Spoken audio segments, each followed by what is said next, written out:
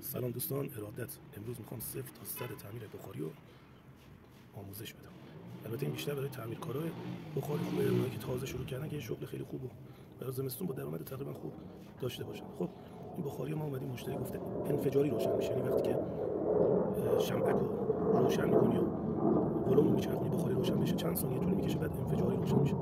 توی بخاری دو مدل سیکل شمعک داریم. یکی این مدل که از سه طرف شعله رو میده، یه طرف رو میده سمت جرق زن، یه طرف رو میده سمت مشعل، یه طرف رو هم میده سمت ترموکوبل. این خیلی عالیه، خیلی عالیه. بعد قشنگ دیگه تا ولوم رو باز میکنی، چون یه شعلهش سمت مشعله بلافاصله بخاری رو روشن میکنه. ایراد انفجاری روشن شده هم یا از کثیفیه یا از همین مدلیه که تکیه. این اینجوری شعله رو مستقیم میده بیرون، ترموکوبل اینجا قرار میگیره، شعله رو این مستقیم میده بیرون، یعنی اینجوری یه شعله اینجوری میده بیرون، ترموکوبل هم اینجاست. بعد مشعل میفته این طرفش با این فاصله اینجوری. این گاز اینجا تجمع میکنه تا این بخواد روشن کنه، اینجا گاز تجمع کنه روشن بشه، یه حالت انفجاری روشن میشه و بعد یا شیشه بخاری رو میشکنه یا فقط همینجور انفجاری صدایی میده روشن میشه. همین. خب برای تعمیرش ما میتونیم اینو حذف کنیم، به جاش یه دونه از اینا بذاریم، اون مشکل برطرف میشه. حالا بریم سراغ مشکلات دیگه‌اش که بهتون میگم. ببینید این شمعک بخوایم بازش کنیم، مشتری زنگ زده میگه آقا شمعک من روشن نمیکنه. میگه خیلی خوب، میای اینجا اول چیزی که تست میکنی ترموکوبل. ترموکوبل این یکیه، ببین اینه، این ترموکوبل، این یه پیچ داره اینجا ته رگولاتور. اول کار که مشتری میگه آقا من بخاریم روشن نمیشه، میای 90% مشکل از اینجاست. این شل شده، یه ذره سفتش میکنی، یا آچار نه میخوره، یه ذره سفتش میکنی بعد روشن میکنی بخاری. اگر نشد ترموکوبل باید همراه باشه، یه دونه براش عوض کنی. این همون سپریه که گفتم. ببین یه دونه رو میزنه به ترموکوبل، یه دونه رو میزنه به جرق بزن که بعد اینجا باشه، یه دونه رو میزنه به مشعل. مشعل اینجا که گاز میاد بالا میزنه روشنش میکنه. خب ترموکوبل عوض کردیم، میبینیم نشد بازم، یعنی بازم گیر داره. خب میایم اینجا یک سری چیزا باید رعایت بشه. یک، بذار من با این نشون بدم. ببین اینجا این سوراخه، این توش پرز و گرد و غبار میگیره، باید تمیز بشه. از اینجا فوت میکنی، از همین فوت میکنی، از اینجا میزنه بیرون، آشغالش تمیز میشه. دو، داخل این یه ژیگلوره خیلی ریزه، شما فکر میکنین یک تیکه است اما اینجوری نیست. بذار بازش کنم برات ببین. اینا باید تمیزش کنی. یه دونه آچار 10 میخواد، یا اگه فرانسه هم داشته باشی جواب میده. اینا آچارش رو بیارم این دستم.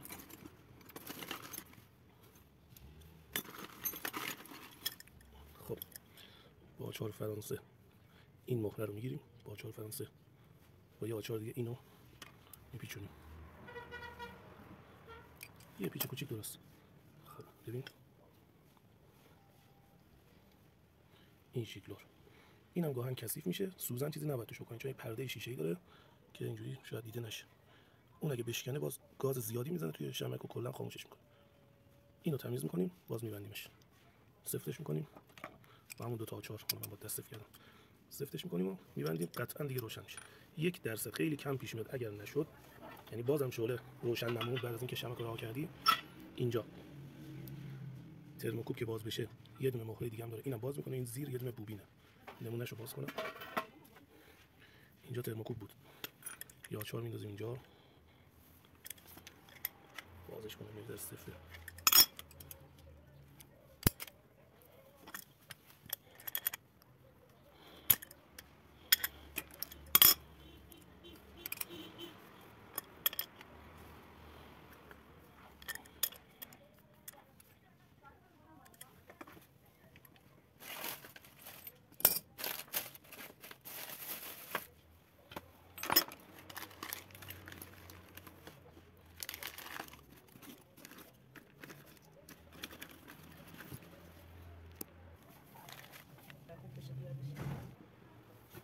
خب این قسمت پیچ رو که باز کردیم یک بوبینه. زمانی که شمعک رو نگه می‌داری این فشرده میشه و شعله باعث میشه ترموکوب یک مغناطیسی ایجاد میشه که میاد اینوش فشرده نگه می‌داره و گاز رد میشه و بخاری روشن میشه. اینم اگه خراب باشه روشن نمیشه. پس یکی این خراب باشه، یکی ترموکوب خراب باشه. این قیمتش تقریبا 150 تومانه، ترموکوبلم قیمتش تقریبا تا 100 تومانه دیگه. نسبت به طولش 30 سانتی، 40 سانتی، 80 یا 1.20 باشه قیمتش هم بالاتر. خب این تا اینجا. پس ما این بخاری که میگه انفجاری روشن میشه و یه دونه از این سه شعله ها براش میذاریم. این هم سرویس کاری خاصی نداره، فقط میخواد اینجا رو چک کنید که این روزنه باز باشه. اینا رو یک باتی بگیرید یه سوزنی رد کنید باز باشه تمام. اینجا اینا یه خوبی هم داره، شمعکش قابل تنظیم، اون تکیه قابل تنظیم نیست. اینو بازش کنم اینجوری هم دیده بشه. این هم آچار میخوره، پیچ پشتی هم میخوره. اینو باز میکنی داخل یه پیچ کوچیک داره. این تنظیم، این تنظیم شمعک، ربطی به شعله مشعل نداره، تنظیم شمعک. مجدد سفتش میکنیم که روی کار نشتی نده. خب بریم بخاری رو باز کنیم، اینو براش عوض کنیم، دوباره تستش کنیم ببینیم مشکلش برطرف شد یا نه.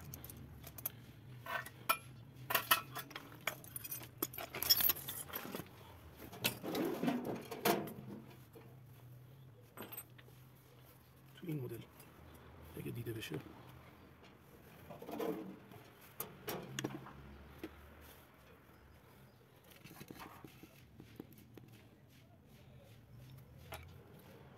رگولاتورش از این لوله متصل میشه به بالا.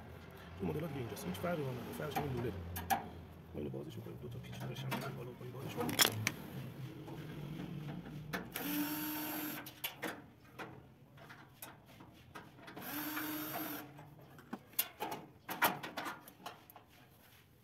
خب شمعک و اتصالاتشو باید جدا کنیم. یا 4 9 گفتم می‌خوره.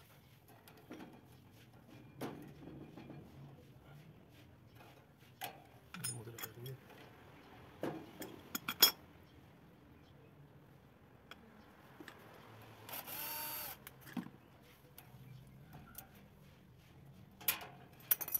کلا بعد عوض میشه.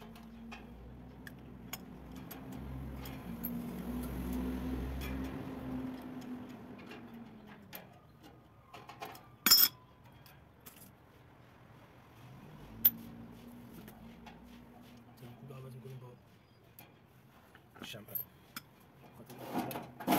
چرا خون میگیرم باز بشه که دست سی شد بشه.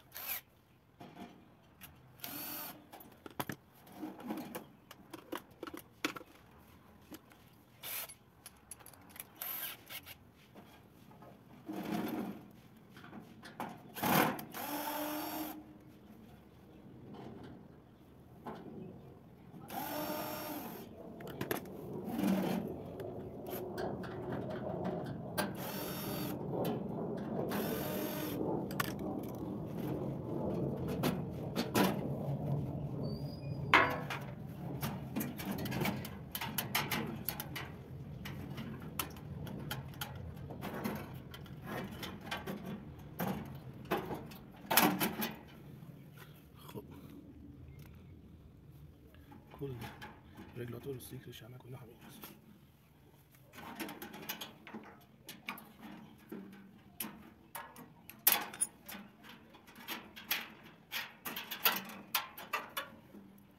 ترموکوپل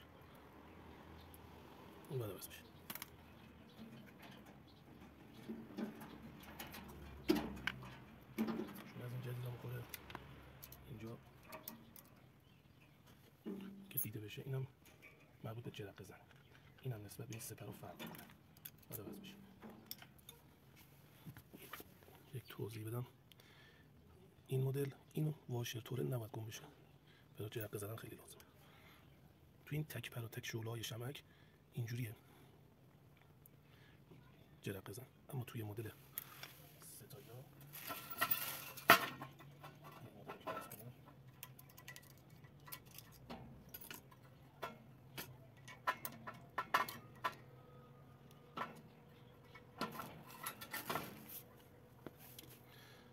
خب این چربه.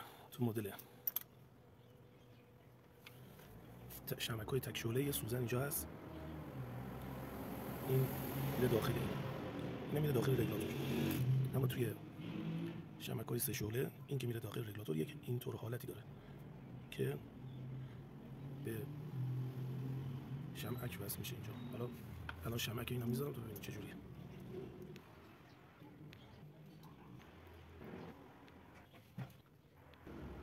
خب پیداش کردم.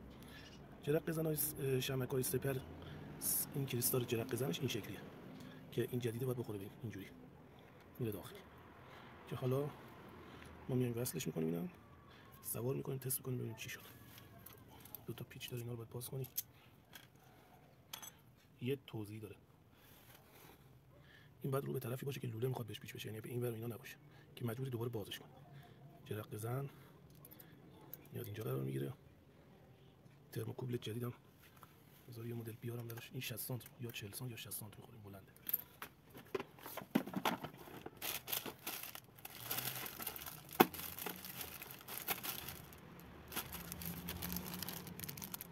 فکر میکنم این اندازش باشه.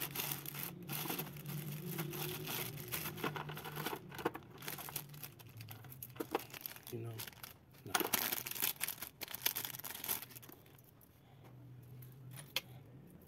همینه. خب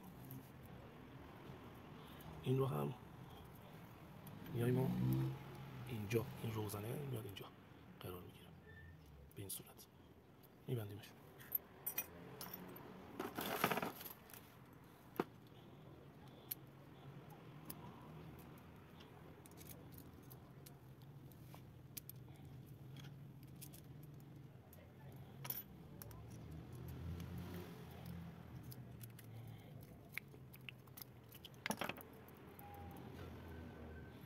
کار با شمعک تمام.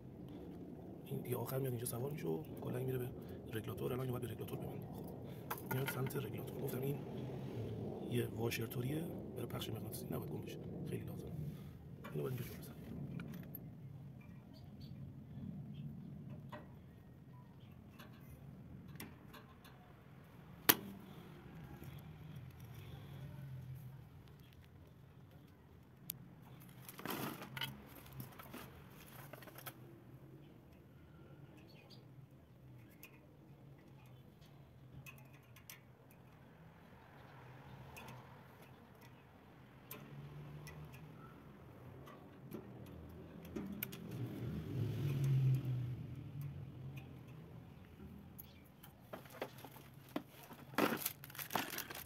این یکی بود، اینا یه ذره تلاش فرق میکنه. میاد اینجا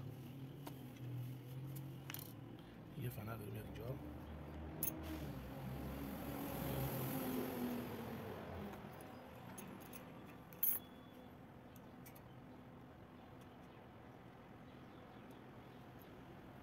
یه پین داره، این پشت میاد پشت این فنر داره میگیره. فنر رو یه ذره فشار میده، شما زدنش یه ذره دنگ و فنگ داره، میگه راحت جا میخوره.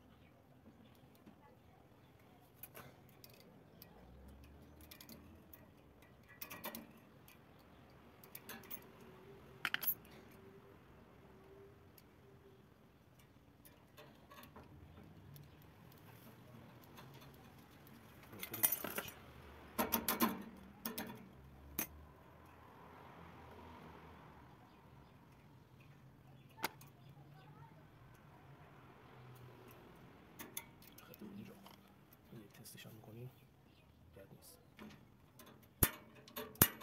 اینجا خود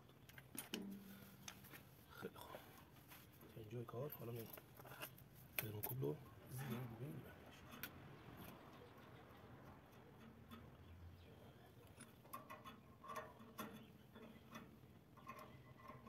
این آچار 9 میخوره،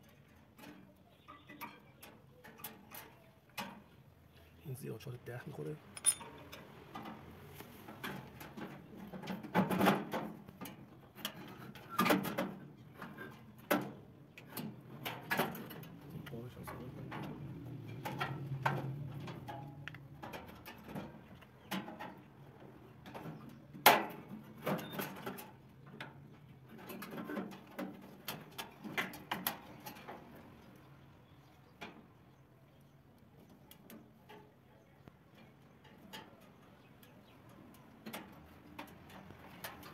پایین دیده میشه.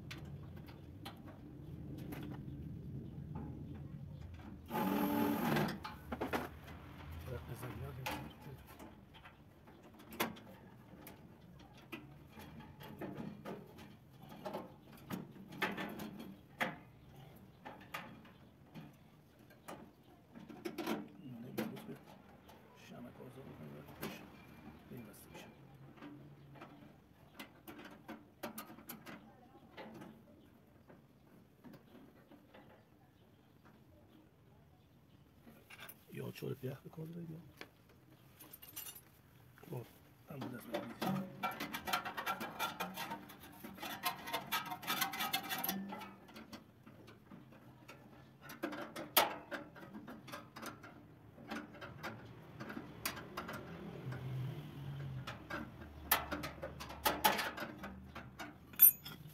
دست بگیرید و اغلبشو باید. خب قابل رو ایران بگردیمش. خب اینو بستیم جمعش کردیم. یه ذره تا بدیم داخل. اینجا انشاءالله گاز نداره، بریم داخل برای تست بخاری. نباید دیگه انفجاری روشن بشه. خب این هم از حل مشکل انفجاری روشن شدن. شمعک الان روشن، گازو میچرخونیم راحت روشن میشه. تمام. دوباره میریم رو شمعک، گاز شعله کم و روشن میشه. خب توی پست بعدی هم باز و بست کامل رگولاتور، تعمیرش و سرویس کامل مشعل که خیلی مهمه برای شعله سبز و زرد سوختن، خیلی خوبه. اونو میذارم براتون. یا علی خیلی مخلص.